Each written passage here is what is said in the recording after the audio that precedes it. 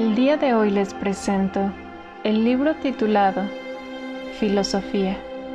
¿Quién la necesita? Escrito por Ayn Rand. Título original: Philosophy. Who Needs It? Traducción por Luis Kaufman. Introducción. Ayn Rand no fue solo una novelista y una filósofa, fue también una vendedora de filosofía, la máxima vendedora de filosofía que hubo jamás.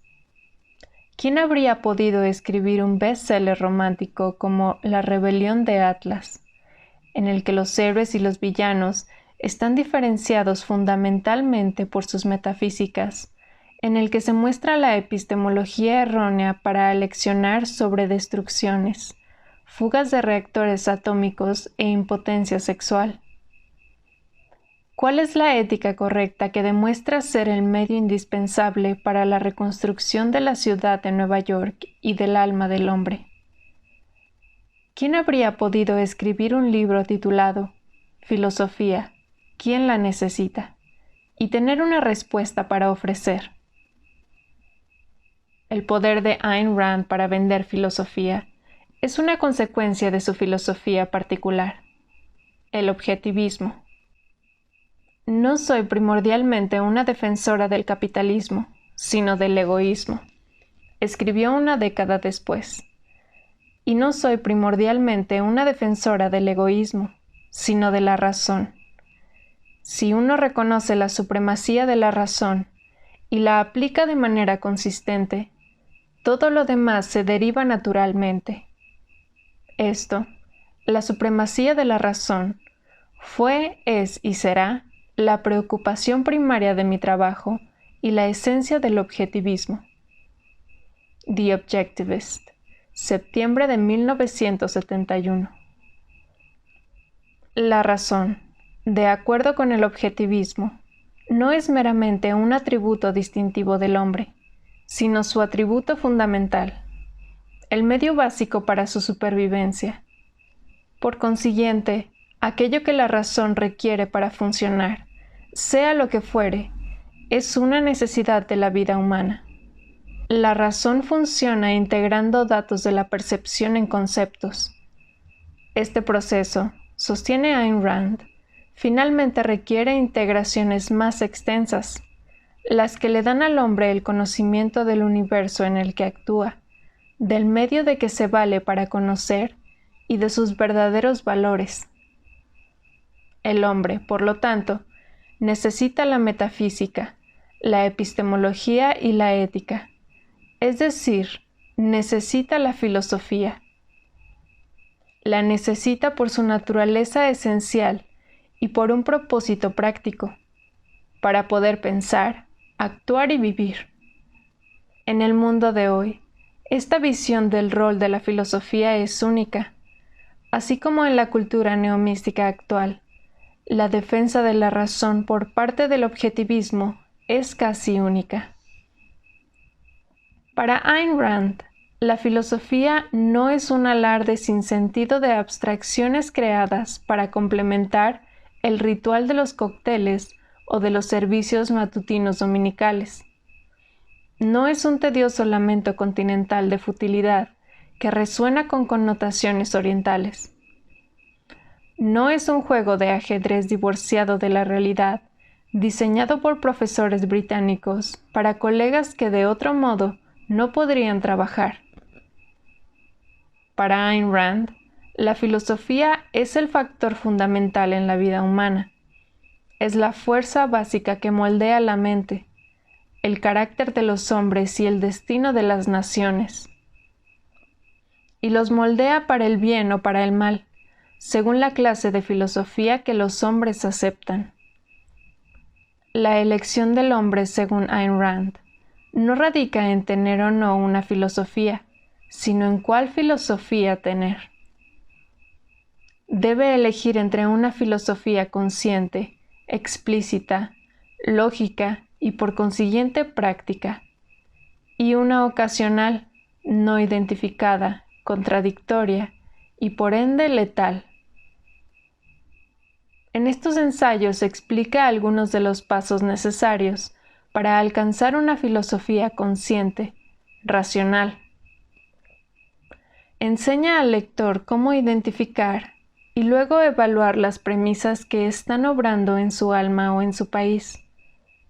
Pone en claro el mecanismo por el cual la filosofía rige a los hombres y las sociedades, las formas que asume la teoría abstracta en la vida diaria y las profundas consecuencias existenciales que provienen incluso de las más abstrusas ideas que a primera vista pueden tener interés meramente académico.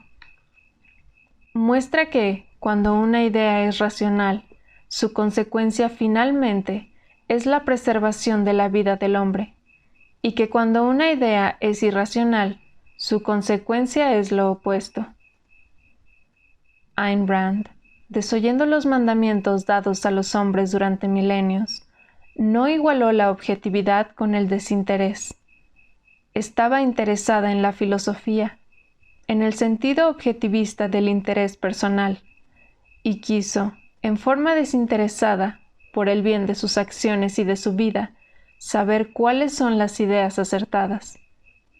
Puesto que, como sostiene, el hombre necesita la filosofía, consideró que necesita una que sea verdadera, es decir, que esté de acuerdo con la realidad. Filosofía, ¿quién la necesita? Es la última obra de Ayn Rand, que murió en marzo de 1982. El libro le fue sugerido por Walter Hubscher, un objetivista canadiense. En el otoño de 1981, este le escribió a Ayn Rand: en sus artículos, usted expone enfáticamente en detalle cómo cada persona, a través de cada una de sus afirmaciones, emplea premisas filosóficas. Si tales artículos fuesen publicados en un único volumen, creo que eso llamaría directamente la atención sobre la poderosa influencia de la filosofía, identificando las raíces filosóficas de algunas de las tendencias más peligrosas del presente, y señalando que es posible revertir una tendencia cultural, que todo el mundo puede y debería involucrarse haciendo justamente eso. Ayn Rand estuvo de acuerdo con la idea de Hubscher de un trabajo extraído en su mayor parte de su boletín informativo, The Ayn Rand Letter, y para el cual tomó como título el de uno de sus artículos favoritos, Filosofía, ¿quién la necesita?, que originalmente fue un discurso pronunciado en la Academia Militar de West Point. En los meses siguientes, con su editora en Bobbs Merrill, Grace Shaw, con amigos y asociados, discutió varias veces su concepto acerca del libro. Indicó en términos generales cuáles deberían ser su contenido y su estructura, así como los artículos cuya inclusión sería obligatoria, y otros que consideró como optativos. Sin embargo, no vivió lo suficiente como para determinar la selección final o la secuencia. He asumido el compromiso de tomar estas decisiones, guiado en la medida de lo posible por sus deseos. De acuerdo con su política para otras antologías, he colocado los artículos más teóricos en la primera parte del libro, y a continuación otros más concretos y/o esencialmente críticos. Ninguno de ellos fue publicado previamente en forma de libro. El artículo que da título al volumen es seguido por otro escrito originalmente como acompañante de este. Luego, sigue un conjunto de artículos en los que se trata la filosofía objetivista.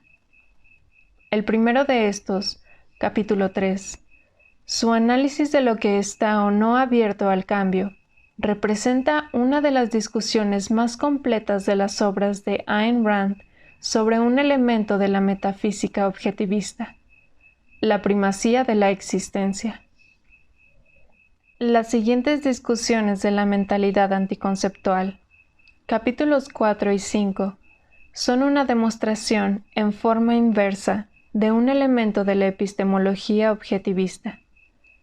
Muestran lo que les ocurre a los hombres que nunca han desarrollado por completo la forma humana del conocimiento, los conceptos. La carta abierta a Boris Spassky, capítulo 6. El jugador de ajedrez soviético. Es un tour de force que compendía en forma de un ejemplo sorprendente el rol que cada rama de la filosofía desempeña en la vida del hombre. Con una excepción, todos los artículos que integran este libro fueron escritos entre 1970 y 1975. La excepción es La fe y la fuerza, los destructores del mundo moderno. Capítulo 7. Un discurso pronunciado inicialmente en la Universidad de Yale en 1960, algunos años después de la publicación de La Rebelión de Atlas. Este discurso es una introducción excelente y simple del objetivismo y de la visión de Ayn Rand sobre el mundo de hoy. Hasta ahora no ha sido fácilmente accesible. Sería aconsejable que quienes no están familiarizados con el trabajo de la autora comenzaran la lectura con este capítulo. Luego sigue una sección, capítulos 8 a 13, esencialmente crítica, en la que se ocupa de Kant y de algunos de sus seguidores, como el movimiento igualitario y B.F. Skinner. A menudo se le preguntaba a Ayn Rand, ¿por qué hoy en día hay tan pocos defensores de las buenas ideas en posiciones de poder? Para indicar su respuesta, al menos en parte, he incluido 2 trabajos políticos, capítulos 14 y 15, donde se discuten algunos de los métodos actuales usados por el gobierno para corromper nuestra vida cultural. Siguen a estos 2 artículos, capítulos 16 y 17, referentes a otra pregunta que se le hacía reiteradamente. ¿Qué puede hacer cualquier persona por el estado del mundo actual? He puesto fin al libro como pienso que lo habría hecho Ayn Rand. No lo deje ir. Presenta el sentido de la vida tal como es para los estadounidenses como base de la esperanza para el futuro de este país. Dado que los artículos fueron escritos en distintos años, al ser publicados en forma de libro, a veces son necesarios algunos cambios editoriales. He incluido tales cambios entre corchetes. En algunos casos donde Ayn Rand usa un término que sería extraño para los lectores noveles, he ofrecido una breve definición, también entre corchetes.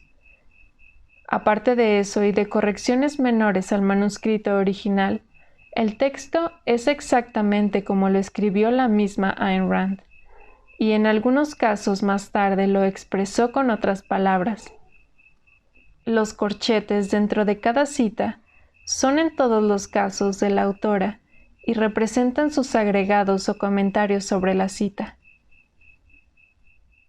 Desde la muerte de Ayn Rand, sus asociados en Nueva York han recibido una gran cantidad de cartas en las que se les pregunta cómo se puede aprender más acerca de sus ideas.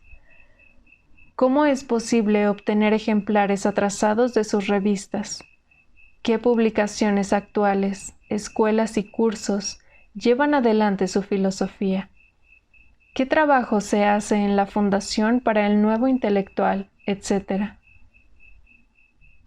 Para quienes estén interesados, sugiero escribir a Objetivismo PW, P.O. Box 177, Murray Hill Station, New York, New York, 10.016. Lamentablemente, a causa del volumen del correo, es probable que usted no reciba una respuesta personal, pero a su debido tiempo le llegará literatura procedente de varias fuentes, indicando la dirección a seguir si desea investigar en forma adicional las ideas de Ayn Rand o corroborarlas. Entretanto, si está a punto de leer estos ensayos por primera vez, lo envidio por lo que todavía está por descubrir. Ayn Rand ha cambiado las mentes y las vidas de muchas personas. Quizá cambie también la suya. Leonard Peikoff, Ciudad de Nueva York, mayo de 1982.